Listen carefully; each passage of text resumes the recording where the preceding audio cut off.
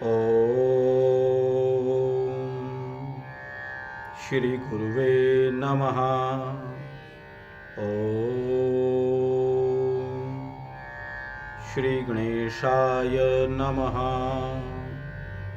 ओम श्री वासुदेवाय नमः।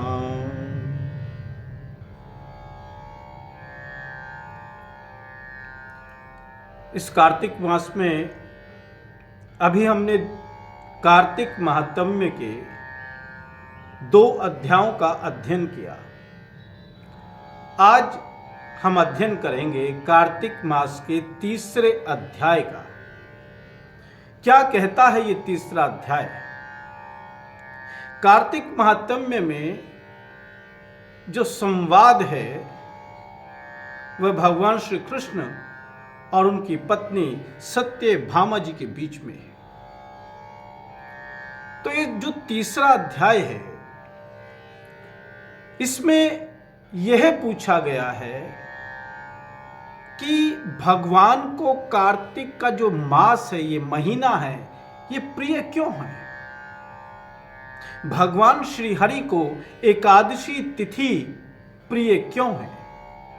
तो आइए जानते हैं इस 3रे अध्याय में कि भगवान श्री हरि को कार्तिक का महीना और एकादशी तिथि प्रिय क्यों है। 3रा अध्याय। सत्यभामा ने पूछा, हे भगवान, आपने कहा कि मैं काल के स्वरूप हूं, अर्थात मैं काल का स्वरूप हूं, मैं साक्षात काल हूं। आपके लिए काल के सभी भाग समान हैं, तब फिर यह कार्तिक मास ही आप श्रेष्ठ क्यों बताते हैं? बिल्कुल सही प्रश्न है कि आप तो हर काल का रूप आप हैं, काल के खंड खंड में आप हैं, तो कार्तिक मास ही आपको विशेष प्रिय क्यों है? हे नाथ, मुझे यह जानने की इच्छा है, सब तिथियों में एकादशी और महीनों में कार्तिक का महीना ही आपको क्यों प्रिय है? श्री कृष्ण भगवान बोले, हे कांते, तुमने यह बहुत अच्छा प्रश्न किया और ये जिज्ञासा हम सभी की है कि भगवान श्री हरि को एकादशी तिथि और कार्तिक का मास क्यों प्रिय है। इस संबंध में तुम्हें बेन के पुत्र पृथु और महर्षि नारद का संवाद सुनाता हूं। नारद जी ने कार्तिक मास की श्रेष्ठता बताते हुए कहा, पहले सागर का पुत्र शंख नामक राक्षस त्रिलोकी के मथने में समर्थ ना हुआ। उसने संपूर्ण देवताओं को जीतकर देवताओं को स्वर्ग से निकाल दिया और इंद्रादिक संपूर्ण लोकपालों के अधिकार अपने हाथ में ले लिए। शंखासुर ने विचार किया, मैंने देवताओं को जीत लिया है, तो भी ये देवता बलवान मालूम होते हैं, ऐसा क्यों? वे सब वेद मंत्रों से युक्त है, अर्थात जो वेदों के मंत्र हैं वह देवताओं को शक्ति प्रदान करते हैं। उनके वेद मंत्रों का हरण करने से वे सब बलहीन हो जाएंगे। ऐसे विचार के साथ वह असुर विष्णु भगवान को नींद में ग्रस्त देख स्वयंभू ब्रह्मा जी के लोक में जा पहुंचा और वहां से वेदों को निकालकर चलने को तैयार हुआ। उसके भय के मारे यज्ञ के मंत्र अपने बीजों समेत जल में प्रवेश कर गए। यह देख शंकासुर भी उन्हें ढूंढता हुआ समुद्र के बीच विचरने लगा, परंतु वे वेद कहीं भी प्राप्त ना हुए। पीछे से ब्रह्मा जी भी सब देवताओं को संग ले और पूजा की सामग्री एकत्र कर बैकुंठ में विष्णु भगवान की शरण में गए। विष्णु भगवान जो सोए हुए हैं उन्हें जगाने के लिए, अपनी पुकार सुनाने के लिए विष्णु लोक को गए। वहां उनके जागने के निमित्त सब देवता स्तुति गान करने लगे। उनकी भक्ति से संतुष्ट होकर भगवान ने नेत्र खोले। विष्णु भगवान उनसे कहने लगे, हे देवगण, मैं तुम्हारे कीर्तन पूजा आदि से प्रसन्न हुआ हूं। आप लोगों की मनोकामना मैं पूर्ण करूंगा। यही वर देता हूं।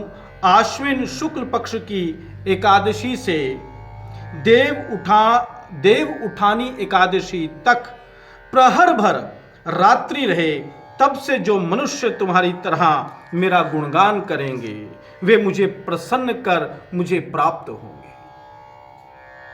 पाद्य, अर्घ्य, आचमन आदि जो तुमने मेरे निमित्त लाए हो वह अनंत गुण होकर तुम्हारे सुख के कारण होंगे।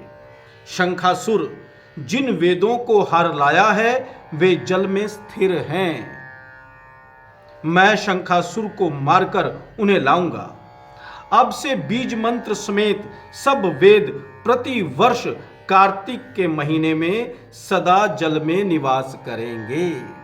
जो वेदों के मंत्र हैं बीज के समेत कार्तिक के महीने में जल में निवास करते हैं। ये भगवान श्री हरि स्वयं अपने श्री मुख से बता रहे हैं। मैं मत्स्य रूप धारण कर जल में जाता हूं। तुम भी संपूर्ण मुनियों को लेकर मेरे संग आओ। इस लोक में जो अच्छे मनुष्य प्रातः काल स्नान करते हैं वे निश्चय यज्ञात स्थान के फल को प्राप्त होते हैं। जो कार्तिक में सदा स्नान करते हैं उनको हे इंद्र तुम मेरे लोक में पहुंचा दिया करना। हे यम तुम सदा उनकी विघ्नों से रक्षा करना। और हे वरुण तुम उनको पुत्र पौत्र आदि देते रहना। और हे कुबेर तुम उनकी धन वृद्धि करो। हे देवताओं, आज तुमने मुझे एकादशी को जगाया है, इसलिए यह तिथि सदा मनाने योग्य है। यह मेरे लिए प्यारी है। हे देवगणों, भली भांति से किए जाने पर यह दोनों व्रत मनुष्य को मेरा सामीप्य प्राप्त करवाते हैं। यह सत्य जानो कि इनके समान कोई व्रत नहीं है। तो इस अध्याय में हमने जाना कि भगवान श्री हरि को एकादशी क्यों प्रिय है, कार्तिक का मास क्यों प्रिय है। क्योंकि देव उठानी एकादशी को देवताओं ने स्तुति गान करके उन्हें जगाया। उस दिन एकादशी तिथि थी। तो जिस दिन जो शक्ति जागृत हो जाए वह समय वह स्थान श्रेष्ठ हो जाता है। तो इसलिए अगर हम चाहते हैं कि भगवान का सामीप्य, उसकी कृपा, उसका आशीर्वाद हमें प्राप्त हो, हमें कार्तिक मास में सुबह स्नान करना चाहिए और भगवान का गुणगान करना चाहिए। पाद्य से, अर्घ्य से, आचमन से उनकी पूजा अर्चना करनी चाहिए। उनको यह प्रिय है, उन्हें अच्छा लगता है। साथ ही जैसा कि उन्होंने कहा कि इंद्र को कहा है कि जो इस महीने में स्नान करते हैं उन्हें तुम मेरे लोक पे पहुंचाया करो। ये इंद्र का ये कर्तव्य है। इंद्र आदि जो देवता हैं उनके पास बहुत सी शक्तियां हैं। यम को कहा कि उन्हें कोई संकट मत देना, अगर संकट आता है तो वो संकट हर लेना। कुबेर को कहा कि सब धन से उन्हें युक्त करो। और कुबेर देवता को कहा कि जो इस महीने में व्रत करते हैं, स्नान करते हैं, उन्हें तुम धन धान्य से भरपूर करो। तो कितना अच्छा यह कार्तिक मास है। इस कार्तिक मास का हम सब लाभ उठाएं, प्रभु का गुणगान करें। यह एक लॉटरी है, यह प्रभु की एक स्कीम है। इस स्कीम का, इस समय का हम भरपूर लाभ उठाएं। ओम श्री वासुदेवाय नमः।